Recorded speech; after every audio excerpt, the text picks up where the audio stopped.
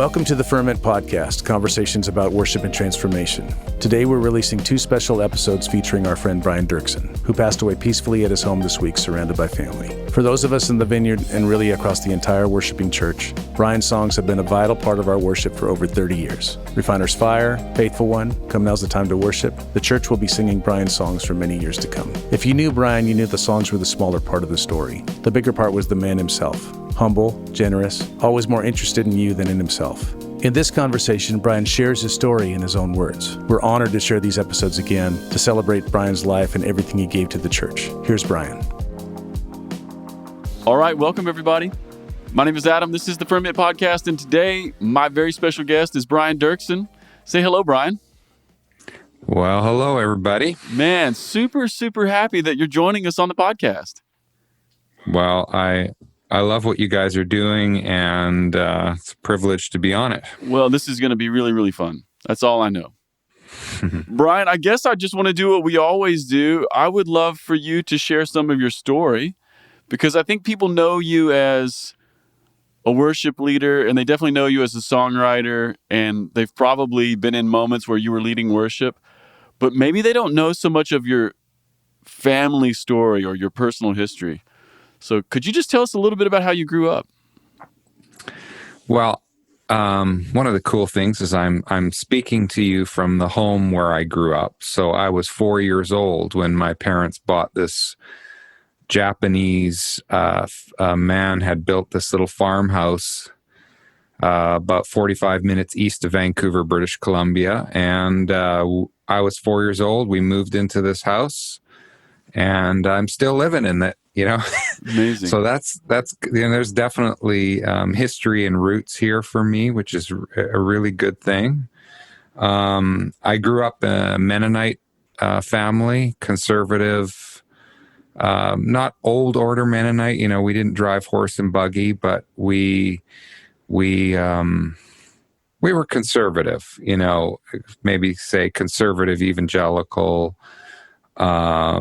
My dad led the singing every Sunday in our little Mennonite church, and I said many times as a teenager, I'm not going to be anything like my dad.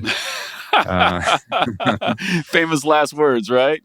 Oh my gosh, yeah, exactly. And then my kind of, here's an interesting story. My connection into the Vineyard. I was actually, my wife and I got married. We were 19. We were serving with YWAM in the Far East, in Singapore and Indonesia. And I wrote a letter. Anybody remember those things, where you actually write in pen and paper and put it in the mail? I sent my parents a letter from Singapore saying, describing my journey and what I was learning spiritually and culturally, and shared some of my frustrations with expressions of Christianity that I was encountering. And she wrote back and said, Brian, I think I've connected with somebody and some people that I think are really going to resonate with you. I just went to a John Wimber meeting, and there's this new group just emerging called the Vineyard, and some of what you're describing, a longing for honesty and intimacy and worship, a longing for like realness and not like pompous kind of like hype. It's just, anyway, so came back from Singapore, and my parents brought my wife and me to the first Vineyard, walked in the back door. It was the first vineyard in Canada. Okay, I'll say that. The Langley Vineyard. It was pastored by Gary Best and Andy Park. And walked in the back, and the Spirit whispered to me, this is your new spiritual family. I didn't know a single person. And I mean, that whisper happened just partly based, I think, on my mom's recommendation, but I had no experience to back up. And then the experience came confirming the whisper. Wow. Yeah. Well, so I guess, Brian, just having you share that story, a couple things are really interesting to me about that. One would be, you said you grew up in a Mennonite home. I mean, clearly that's your parents' lineage and heritage, their spiritual journey that you grew up in. And so it forms a certain part of who you are. Yeah. But one of the things I love about your story is that not only did your parents shape maybe the first leg of your journey, but then your mother writes you this letter that shapes maybe the second leg of your journey. Yeah. Which that doesn't always happen, does it? No. And then, I mean, the thing is, you see, I'm raised in a German home. My parents' first language is German, very solid, stable, but not very emotionally expressive, right? So now here's the next part of the story, how I connected personally with John Wimber and why we're actually having this conversation is, I became the bass player on the worship team. Okay. I was one of Andy's bass players. And I love, in high school, I played bass in like the jazz band, and I love the role of bass. I'm a bit of a shy introvert. I love playing the support role. And so I did that happily for a couple of years. And then one night we had our home kind of like home group, Vineyard home group. And at the end of the gathering, Andy looked over at me and goes, "Brian, I think you've got a song that's bubbling in you that you should share right now that would be appropriate for tonight." And I'm like Beaker, no, kind of like when Dr. Bunsen Honeydew wants to put another electric nose warmer or something on him. I'm like, "No, it's okay," and he just insisted. So I pick up Andy's guitar and I sing this simple song that I wrote after the birth of our daughter. "Father, I want you to hold me. I want to rest in your arms today. Father, I want you to show me." Anyway, and it just touched people in the room. It was one of the first songs I had ever written. And it was my secret song. It was kind of like a song I sang to God, a song I sang holding my baby daughter in my arms, and a song I sang longing for intimacy and real human, personal connection with God. So anyway, I did the song that night, and I thought, "Oh, okay, that's cool. It touched people." Well, a few months later, we go to the John Wimber conference in Edmonton, Alberta. There's about 5,000 people there, and I'm the bass player. And they do a session on the father heart of God and the father wound in culture. And John Wimber ends the session, and he looks over at Andy, and he says, "Andy, would you come on up here and sing over the people while we start praying for them?" And Andy turns to me. He points there, and he goes, "Go, sing that song you sang for the 10 of us. Your secret song over these 5,000 people." And this was back in the day when, Wimber and all the big shots, they were on the platform sitting there, and I had to walk right past them. Okay. I'm like 23 years old. I'm shaking in my boots. I'm going to grab Andy's guitar. They're looking at Andy off the side of the stage, shaking their head, going, "Why is this kid bass player walking up? This doesn't look good." I love this. Andy's just standing there side stage with his thumbs up going, "This is going to be good. You guys are going to like this. Don't worry. It's okay." Amazing. So I grab Andy's guitar and I start singing, "Father, I want you to hold me."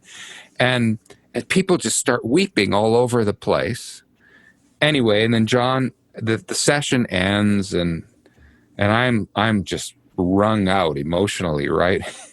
And John Wimber walks up to me and go, "Okay, this could be interesting." And he goes, "Brian," he says, "that song, it was amazing. My father was an alcoholic. He left when I was 4 years old. I've needed a song that said that. Thank you so much for writing. Could we publish it?" And I look at him like, "What's publish? What do you mean?" And then he says, "Do you have any other songs?" And I say, "I have one other song. It's called Faithful One." And he says, "Yeah, well," he hadn't even heard it. He says, "Well, we'll publish that too." Amazing. And that's, in essence, that chain of events from that one thing is probably why we're sitting here having this conversation. That's amazing. So Brian, do I understand the story right? When you get up and sing in front of 5,000 people, Andy Park's over off stage giving you the thumbs up and telling John Wimber it'll be okay. Yeah. Yeah. Is that really the first time you led worship in a public way? Or is this just the first time you led with the Vineyard? I would have led worship in small groups, Yeah. in home settings. Yeah. And I was playing bass on our church worship team, and there was, several hundred people showing up for our worship services. But I hadn't led in any kind of context that large. I had never sang for a group that big before. Yeah. So you were still very green. Yes, I Oh was. my gosh. I can imagine the adrenaline in your could you even make the shapes, the chord shapes on the guitar? My hands would be shaking, right? Yeah. My hands were shaking a bit too. And the thing is, of course, as you know, everybody's guitar is a bit different. Yes. It's different strings, different width of anyway. It was like the wrong strap position, and I'm trying to do this with Andy's guitar. Yes. Yeah, if you're a worship leader, you know exactly what Brian's talking about right there. It's the nuances of your instrument versus someone else's, and then you put on a big spot, and then everything's just kind of wrong. So good. Well, I love that. What a great story. Well, so that's how I met Wimber, and that's how we're sitting here having this conversation. So talk to me about after that. Then what happened? Did you go home and think to yourself, well, maybe I should start leading worship? Or did Andy say, Brian, you probably should do that regularly? Or what was the next thing? Yeah, I mean, I think, again, there's nothing in life that's really like turning an on and off switch. Usually it's a dial, right? So usually things happen incrementally. So, I mean, I had been playing bass on Andy's team. Then Andy started having me co-lead with him by playing guitar alongside him and leading a song or two. And then he would be conveniently away for a Sunday and say, Brian, why don't you try leading next Sunday? And then, but it didn't take him long, like literally months. And then he announces, oh, I'm leaving to go plant a church. I think you should be the new worship pastor of the Langley Vineyard. And I had felt this calling to do it. So I agreed to do it, even though I felt overwhelmed and over my head. And we had a few songs that we had written, I had written, Andy had written, that we were using. So we decided, why don't we do an evening of worship and record it? That was October the 1st, 1989. And the project became called Changed by Your Glory. And we thought we were making a cassette tape, dates for our few hundred people in our church, but a few of those cassette tapes also found their way south to the Anaheim Vineyard where Wimber was, and then they just started finding their way around the world. And we, instead of selling a few hundred copies, we sold 70,000. With no record label, no advertising, nothing. And then that led to me being invited down to LA to do a recording with Vineyard Music USA. The Touching the Father's Heart series had just kicked off. So the first one I did was with Kevin Prosh on one side and me on the other side, which was also incredibly intimidating in the way, because I'm the shy, quiet kid from Canada, and here's Kevin Prosh, who's just this utterly mystical, flamboyant, charismatic, crazy musician guy. Yeah. And I'm just like, yeah, wow, Yeah. So talk to me about, what is the experience like of, you're making a little recording at your church. You think it's just for the few hundred of you.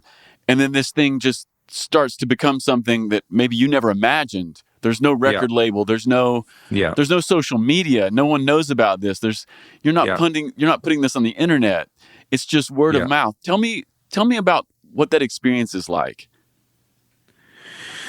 Oh, it's this wrapped up of very encouraging and very frightening, and it's out of your control, right? I mean, I think there's a lot nowadays where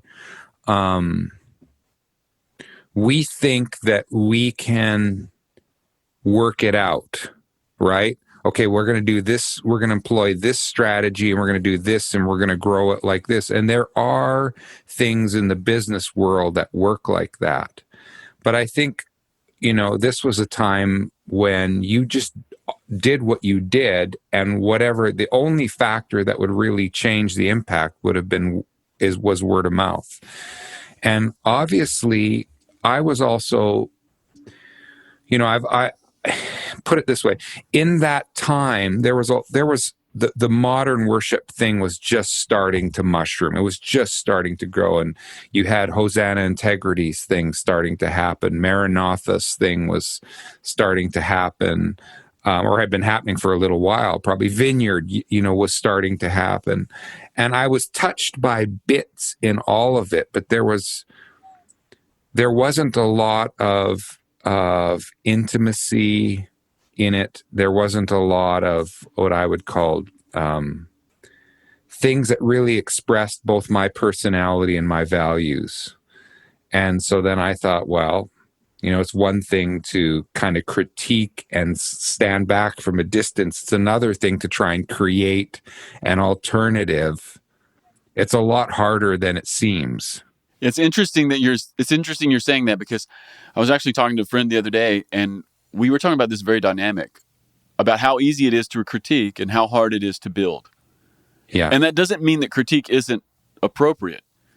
Yeah. Like sometimes we do need to critique. Sometimes we do need to point things out. But man, when it comes to being the person who's going to put the skin in the game and go, now I have to build something, that's a much different deal. Yeah. And they're so, like, building anything physical or creative or, a song or an album or an experience or a worship service. Like, there's so many layers to it, right? And our life is shaped by all of the layers of all of the choices and the cultural context in which we grew up in, and the cultural context where we spend our young adult years, where all of a sudden we become open to outside of our family influences. And all of a sudden we go, oh, I never considered that. Or, oh, I could shape, this is going to shape who I am. And so, but it's at the same time, I think I still do today what I started doing in that season, which was I try to write songs and lead worship in a way that was focused on heart, on intimacy, on vulnerability. And, the fads come and go, but I think that through line remains for me. Well, I'd love to just maybe pause here for a second and pick up this conversation right here. You've used the word intimacy probably 4 times so far in our little conversation.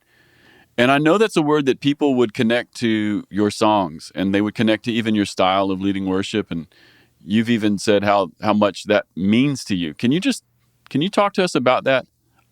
What does it mean to be a worship leader who's allowing our gathered worship experience to be a moment of intimacy with God and then with each other? Or what does it mean for a song to convey closeness and intimacy and vulnerability?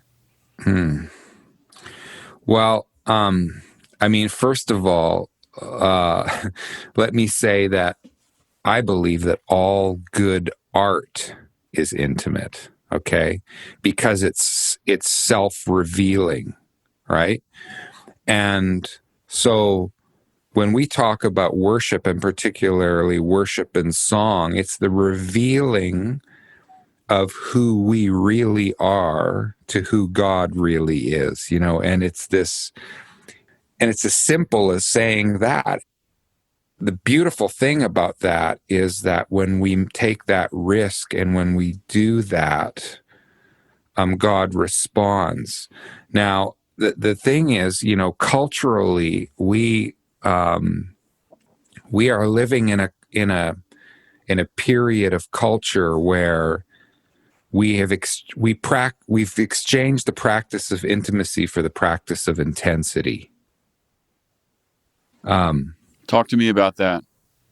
Yeah. So what I mean by that, and this is rooted in a number of cultural things. Okay.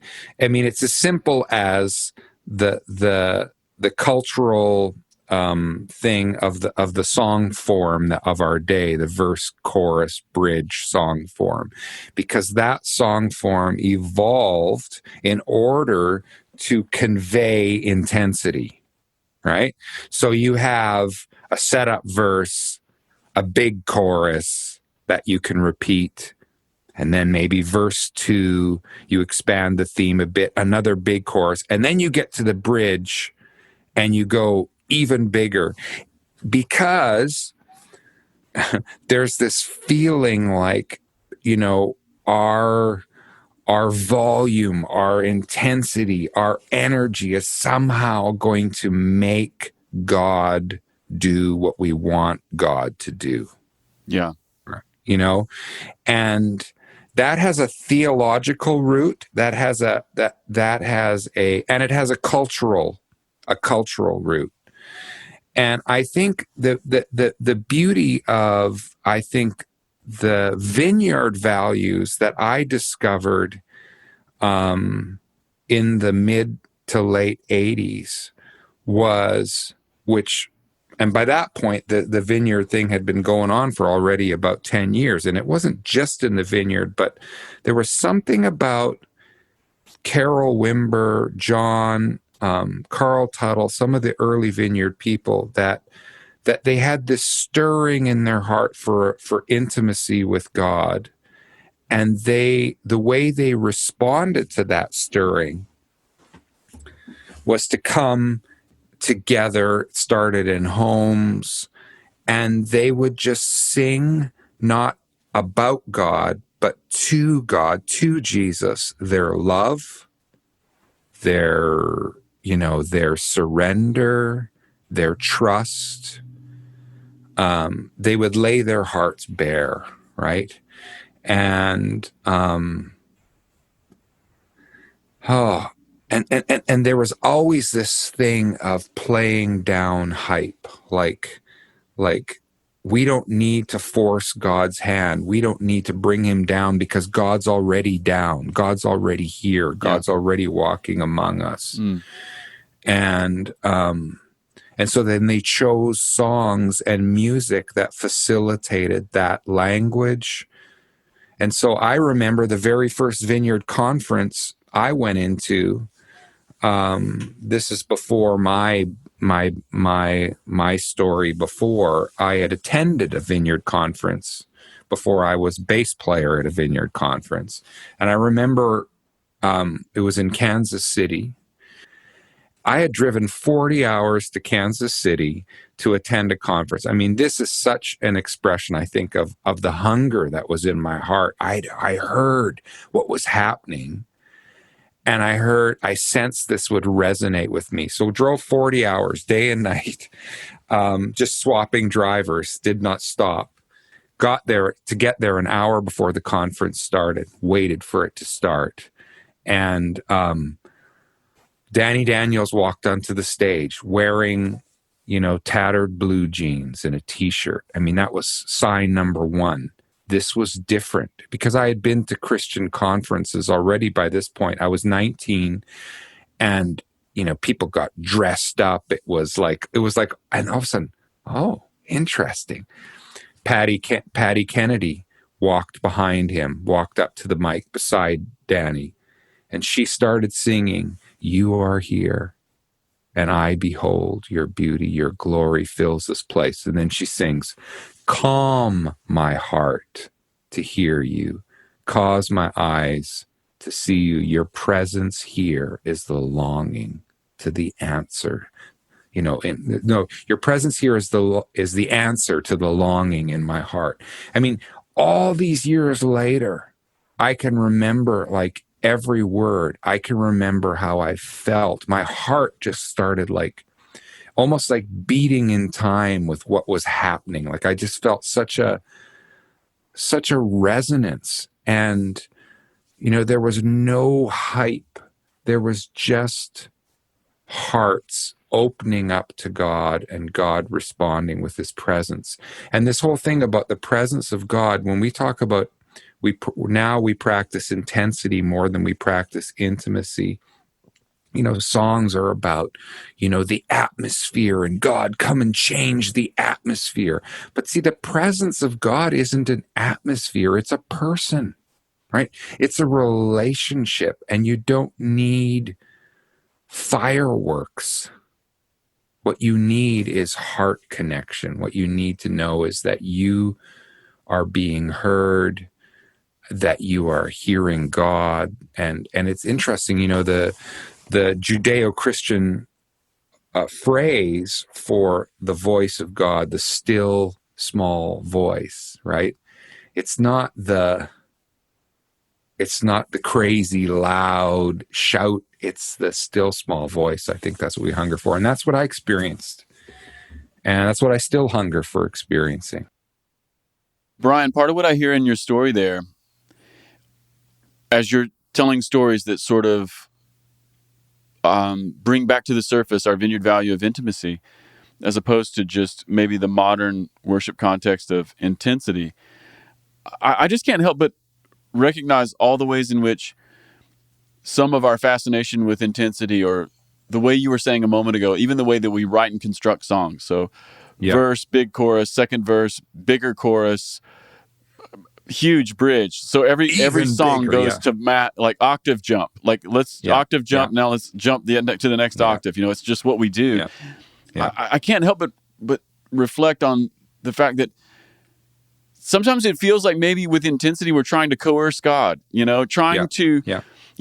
If we do this, then he has to do that. Or there's even certain parts of charismatic theology that will just come out and say, worship changes the atmosphere. Worship brings the kingdom, or what, it's all this stuff that sort of like puts us in the initiation box rather than in the response position of responding to a God who's already here. Yeah. And I'm hearing you tell a story that's in some ways the opposite. It's that God is here, and how can we just tell the truth about who he is and who we are? Without any pretending. Yeah. And that was a cultural shift, or a breaking with predominant cultural moment, in the 80s. And it feels like, again, we need to be willing to break with some of the current culture in order to keep on returning, but with fresh expressions of that value of intimacy over intensity. Okay, so let me just ask you another question about intimacy here. Because the Vineyard has changed, especially in the last 10 years. And I know that it's always changing, right? But the Vineyard's changed, especially in the last 10 years. The Vineyard has become way more diverse. There's way more people of color among us. And I think this is a real work of the Spirit, I just can't go to any Vineyard conference now without meeting people from so many different backgrounds, urban and rural and Black and white and Asian and Latino. It's just so in the water. Talk to me about our Vineyard value of intimacy, but with multifaceted cultural values where, I'm just thinking of Hispanic cultures. They're so warm. They're so exuberant. And sometimes when I talk to people from these backgrounds,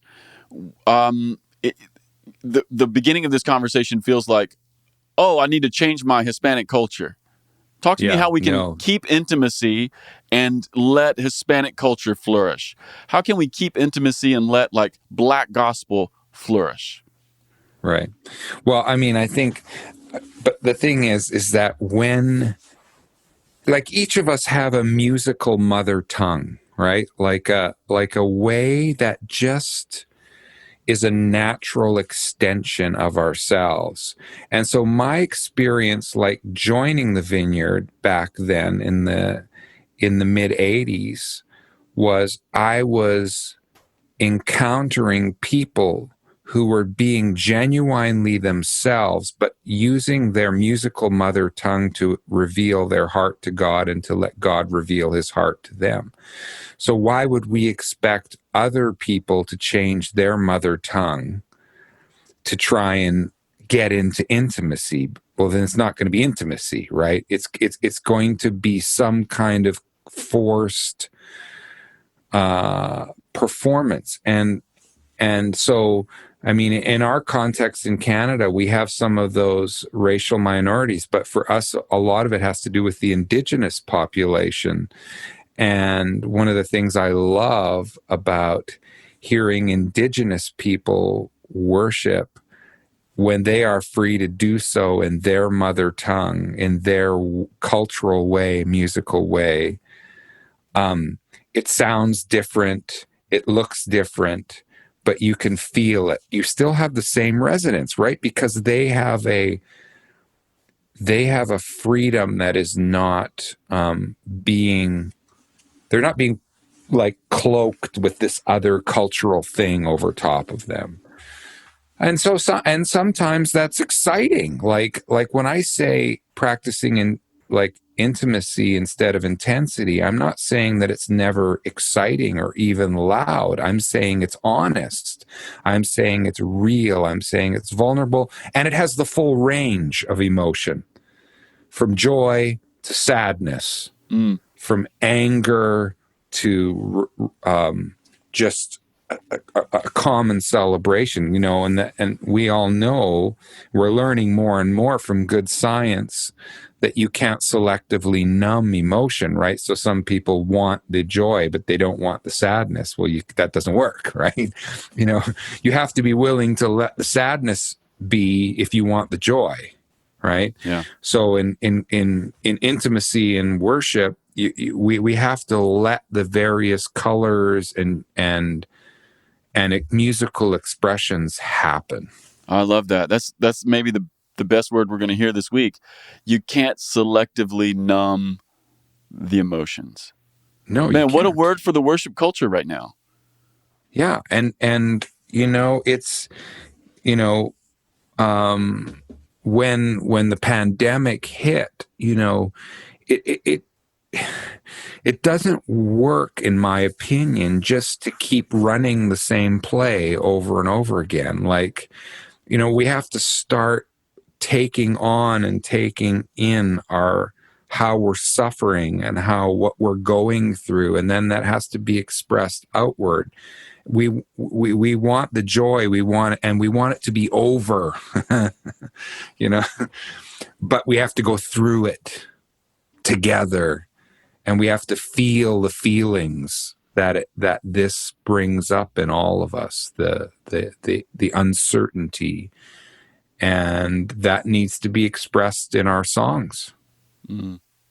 That's a great word. Well, Brian, here's what I want to do now, if it's okay. I want to shift gears and maybe dial into being a worship leader for a few minutes.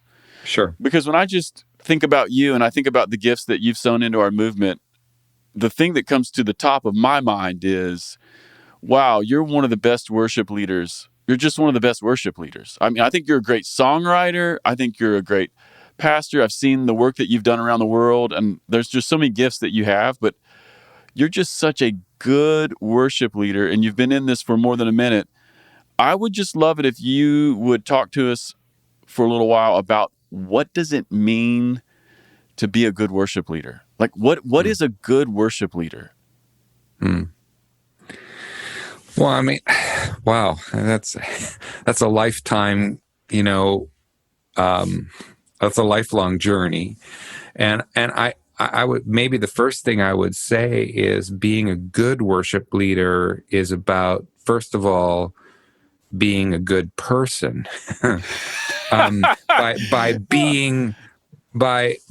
being attentive to your own soul, to the condition in your own heart, and being attentive to those around you, and being attentive to God's whispers. And because, you know, when I hear that phrase, okay, well, what does it mean to be a good worship leader? The inference is that when you're doing that well, you're doing something and people are following, right? And people are being drawn, and they're following with you, and they're walking with you because they feel like they can trust you. It's like somehow there's something about that phrase that evokes to me the phrase "a good shepherd," you know. But in order for that to happen, like for that goodness and for people to follow, they need to resonate with, they need to trust. And I think, again, I mean, if I just say one more thing about this intimacy versus intensity thing is, because what gives people that desire to follow somebody is that they resonate and they respect and they trust, right? And when we give ourselves over to intensity over intimacy, we're trying to manufacture that resonance versus letting our lives be the resonance that draws people with us, right? So we're a good worship leader leads out of who they are, out of how they love, loving God, loving people, love the Lord your God with all your heart, soul, mind, and strength. And that, of course, means all parts, your body, your emotions, your intellect, your artistic, your creativity, and you're loving your neighbor as yourself. You're being aware that what we do has an impact on other people around us. So you're dialing in all those things at the same time. Does that make sense? Totally. And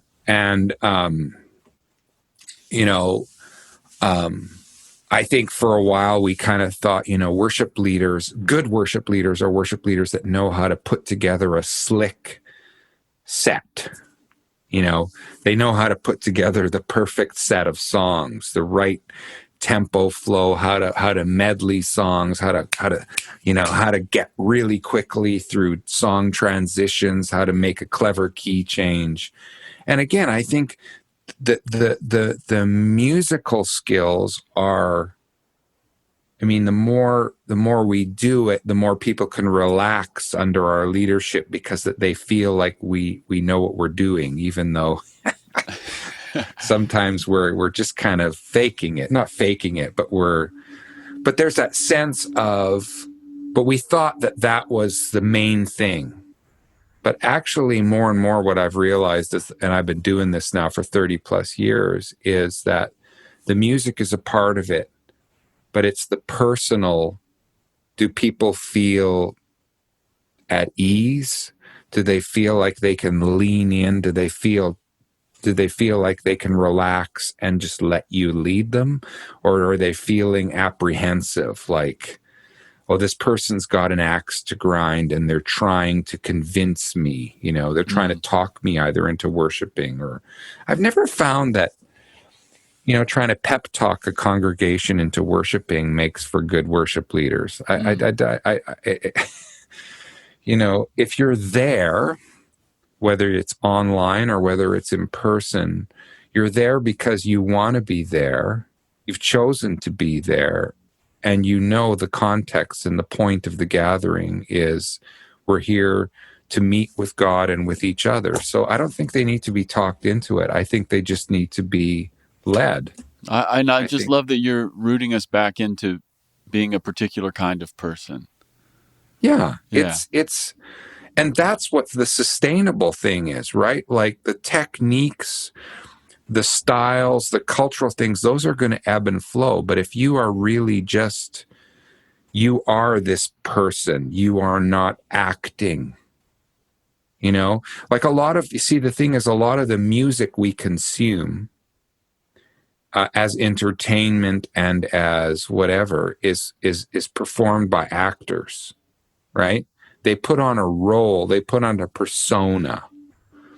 My favorite musicians, some of the old school ones like James Taylor and Van Morrison and stuff, they will literally they'll say, yeah, like some musicians, like, I don't know how they do it, but they put on this role, and like Lady Gaga, like, people like that, they just, it's like performance art, right? In order to convince you or to move you.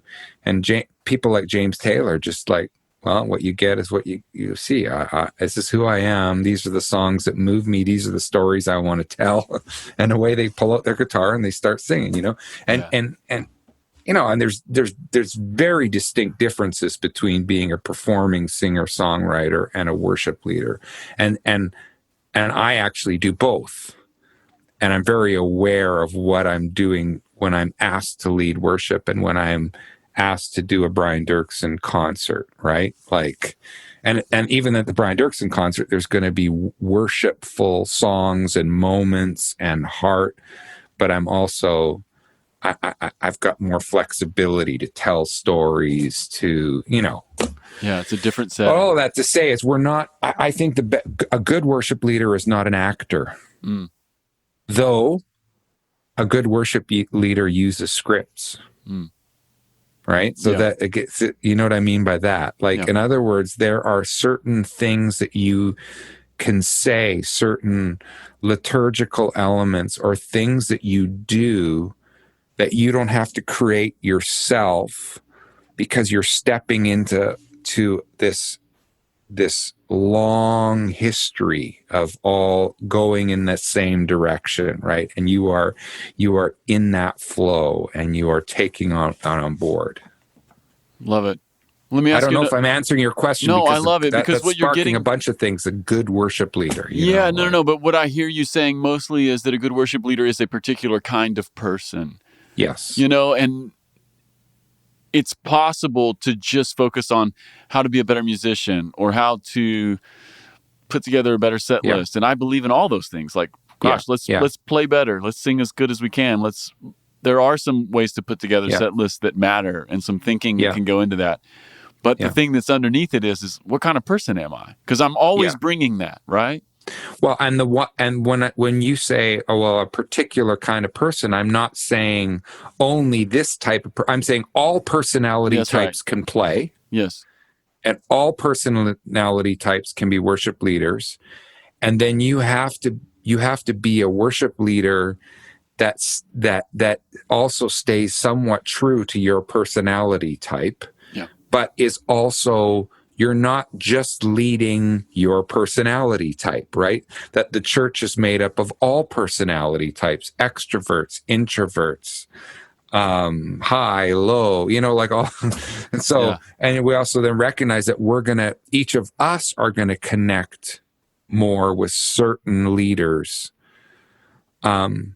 But I think there's a breadth and a depth to what we do, and we can lead more broadly when people sense that we are truly that our lives are resonating this versus, that's a clever set we put together, and we're done now. Yeah, I guess when I say a particular kind of person, what I mean by that is an actual good person, someone who's pursuing the good, someone who's pursuing God, someone who's open to the other people in the room.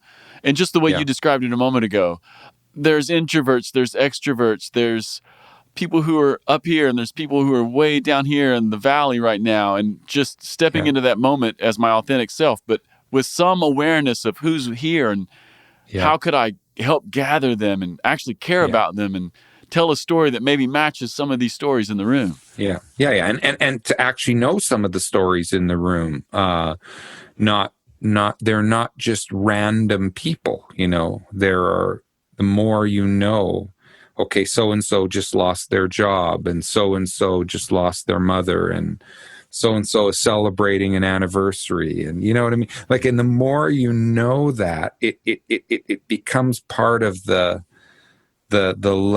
good layering of everything that we do. Let me ask you another question about leading worship. What's a worship leader's main job? Well, I mean, besides what we just talked about, the worship leader's main job is, first of all, to just be that person, to be open, to be a worshiper, to be on a journey, to keep being a lifelong learner.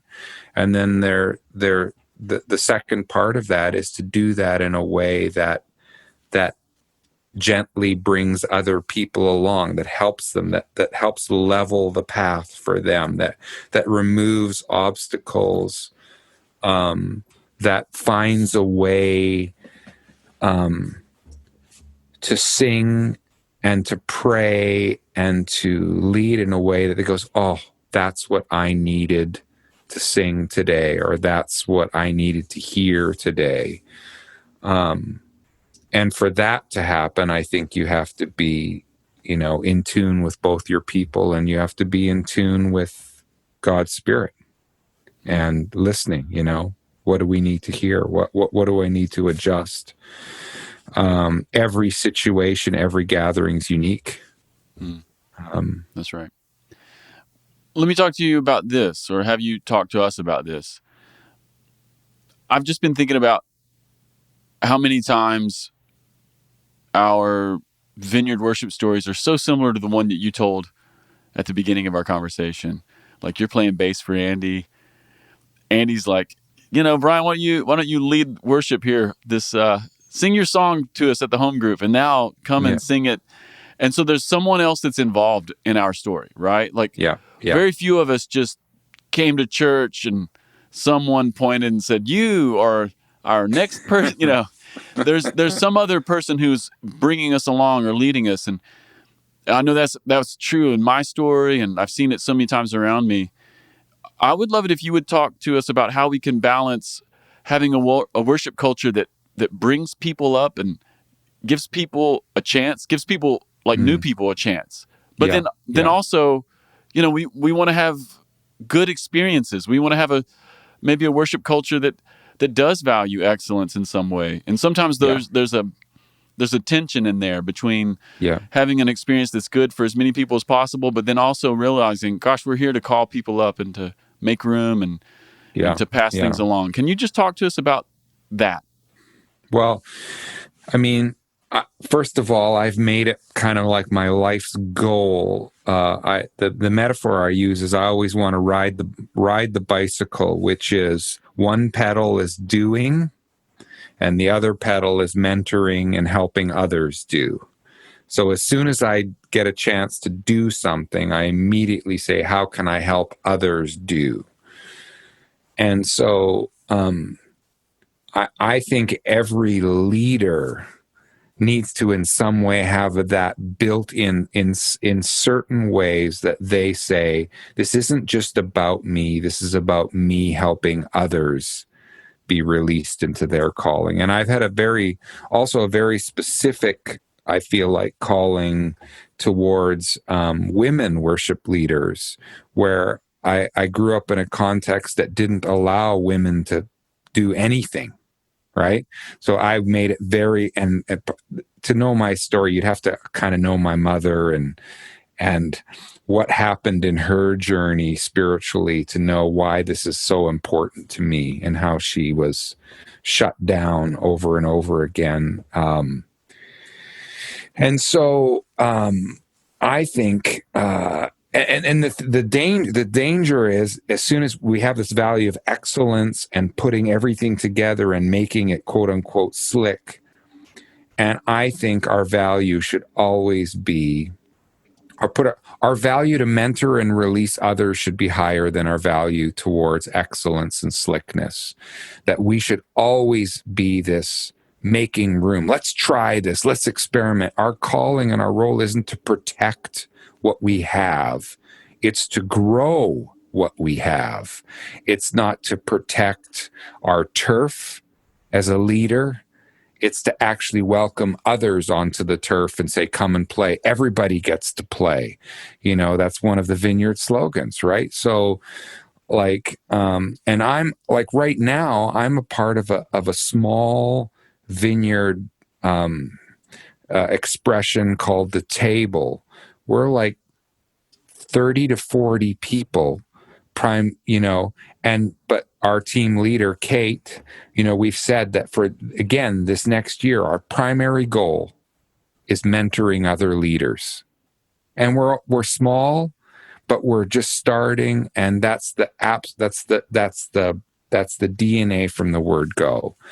And I don't know, like even in our little community, like, I'll have somebody else lead worship and song one week, and then, somebody will make a comment, whatever, and, well, Brian, when are you going to do it again? And there's that that changed. Okay, well, yeah, absolutely, but I want to have other voices and other perspectives, but we're not. Yeah, I think we need to value that more than we value our excellence. I love that.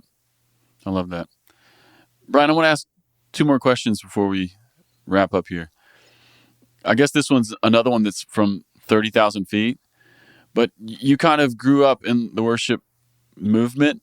In some ways, you've seen it almost, from when it really took off from those, the late 80s. Mm-hmm. It really gathered steam in the 90s. No one was really thinking of being a career worship leader back in the early 80s. That just wasn't a job that was out there to be had necessarily. So you've seen this thing. You've done the congregation thing. You've helped people write songs all around the world. You've made records, you've toured, you've done the thing. I would love for you to just share what you'd like to say to our Vineyard community. As someone who's done all the things, you've done all the things, you've touched all the bases. What would you like to say to our Vineyard worship community? I mean, I just can't. For me, I can't get away from the 3 things that I believe are the core values of Vineyard worship: intimacy, accessibility, and integrity. And that's how we started. And I believe that's the future, that we should practice intimacy in a way that is real, is relational, that we don't need to give in just because intensity is popular right now. We don't need to give in to that. The whole thing of accessibility, which means we are being vulnerable to God and to each other. We're being open to new people, to new ideas, to new expressions. And the integrity piece is the resonance piece I talked maybe a little bit about before, that our lives resonate, that we don't have to manufacture resonance, that we just let our lives resonate who we are and who God is. And if we would creatively live out those 3 values, they're sustainable. We can do that for our whole life. They're not faddish. There's this expression, a long obedience in the same direction. And apparently, Eugene Peterson, he's got a whole book on this, right? And I'm sure some of the listeners have read it, but he was actually quoting somebody else, a German philosopher who became an atheist named Friedrich Nietzsche, I think is how you say his name. But what I realize in that is that there's this, it's almost like a universal truth, that if we would give ourselves to a long obedience, to a lifelong devotion in the same direction, then good things will emerge from that. And the people who inspire us the most are people who have given themselves to something and someone over a long period of time. The cultural narrative right now is so much about dissatisfaction, about trying new things, about flitting from here or there with fads, with relationships. Our entertainers are people who know how to make us laugh and cry in the moment, but don't know how to live a life where their soul is at rest. And I think we've got an incredible opportunity to make different choices and to do this for our whole life. So I love that. That's what's on my heart. Yeah. Oh, I love that. Also, I can't help but think that your Mennonite roots are showing. Yeah, You're talking about a long obedience in the same direction. That's some That's some good that's some good thinking there. I don't, even the word obedience, it could sound like drudgery, right? No, I don't hear it that way though. I mean, and maybe it's the romantic in me. Yeah. Because you're right. We do live in a world where everything is changing, where fads are not just what's present, but it's the way things move. Yeah. And there's something really appealing about a life that's steady, a life that's decided, a life that's consecrated to one thing. And so I feel the romance, I feel the woo in that. Yeah. And yet it's like still part of that is saying, I want to be a lifelong learner, right? And I don't have to be afraid of the truth. So if science reveals a new truth, I can humble myself and go, wow, I didn't know that. We didn't know that. Okay, well, we'll take it on more, because the best theologians, the best scientists, the best artists all have humility as their core thing, right? Because, the scientist is like, let the data speak. I think those of us that are in, spiritual vocations, we have to let the still small voice speak and let our hearts and the people around us speak, and we make adjustments. So when I stay along obedience in the same direction, I'm not saying we don't change. Our faith goes through big change. For me, huge season of deconstruction. And, that often the term is reconstruction. I prefer a term I heard Fran Pratt use of faith renovation, right? Like, our faith is going to go through ongoing renovation. I mean, I have some things going on even just this last year with our special needs son, who's now 28 and who can't really speak and who is quite traumatized by the pandemic because all of his therapies were canceled and all of his activities, and he didn't understand why. And he's self-harm and he's doing stuff, and it's just agonizing as a father, and I can't fix it. Yeah. Yeah. So there's hard things too, right? Like, but I want to keep learning. I want to keep pressing into it. Well, and Brian, I can't help but think of this as you share that. Shout out to Fran Pratt, Faith Renovation. I would imagine the house that you're sitting in has been renovated a time or two. Yeah. In fact, we just finished what my wife calls our final renovation by creating a master bedroom. Finally, we've been married almost 36 years. We have 6 children. There was never time for us to create a space for ourselves because it was all about the kids and about all of this. And we finally converted the very top, used to be the attic, used to have one of our special needs son, and we were in a little room and he was in a little, and we just kind of moved him to the basement because some of the girls moved out, and we just created a master suite. And Joyce looks at me and goes, maybe that's the last renovation. The house was built in 1937. I go, well, we'll see. We'll see. Yeah, but I'm just reflecting on, you're talking about faith renovation. You're talking about how you've changed, which is a big part of this podcast. That's why we call it the Ferment. You're talking about how even this year you've been challenged and changed. Yeah. And I just can't help but think about the house you're living in, and it's those kinds of changes which keep the house alive. It's those kinds of changes which, the bones are there; they're not moving. Yeah. But it's those kinds of changes which keep the home alive. I think that's kind of a beautiful picture. Yeah. Yeah. And I'm living in the middle of that picture and trying to keep on learning, keep on renovating as I need to, but also being at peace, like just being content and being, have that miracle of a soul at rest, Well, Brian, let's end right here. It's the question we give everybody at the end of the podcast on this season of the Ferment. I would love it if you would just share with us what you're dreaming about. What's the dream of your heart right now? Wow. Well,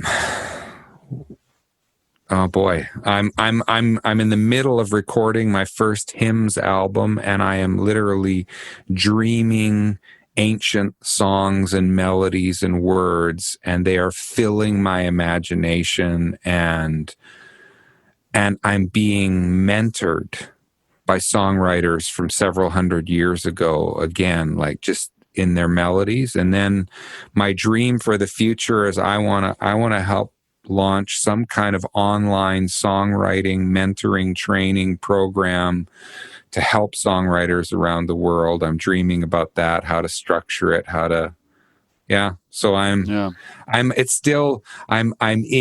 the thick of letting songs from the past, like just like they're like I'm pickling in their juices, I'm just completely immersed in them.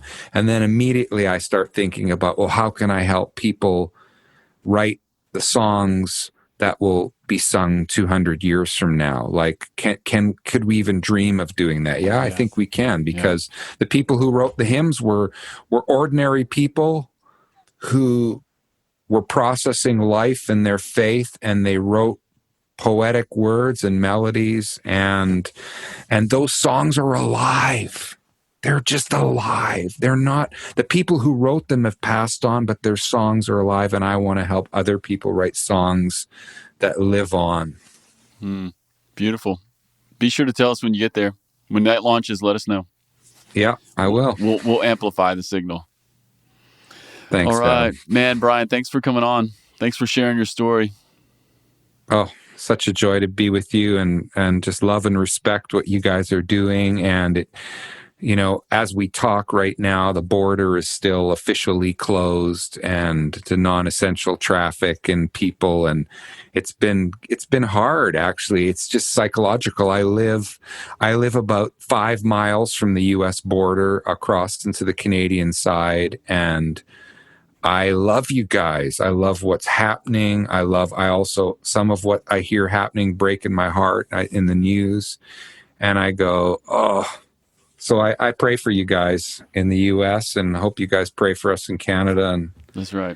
And we'll be together in person again. I know it. Yes. Come on, 21, please, Jesus, hear our prayer. Amen. Amen. All right, everybody. Thanks for listening. Peace.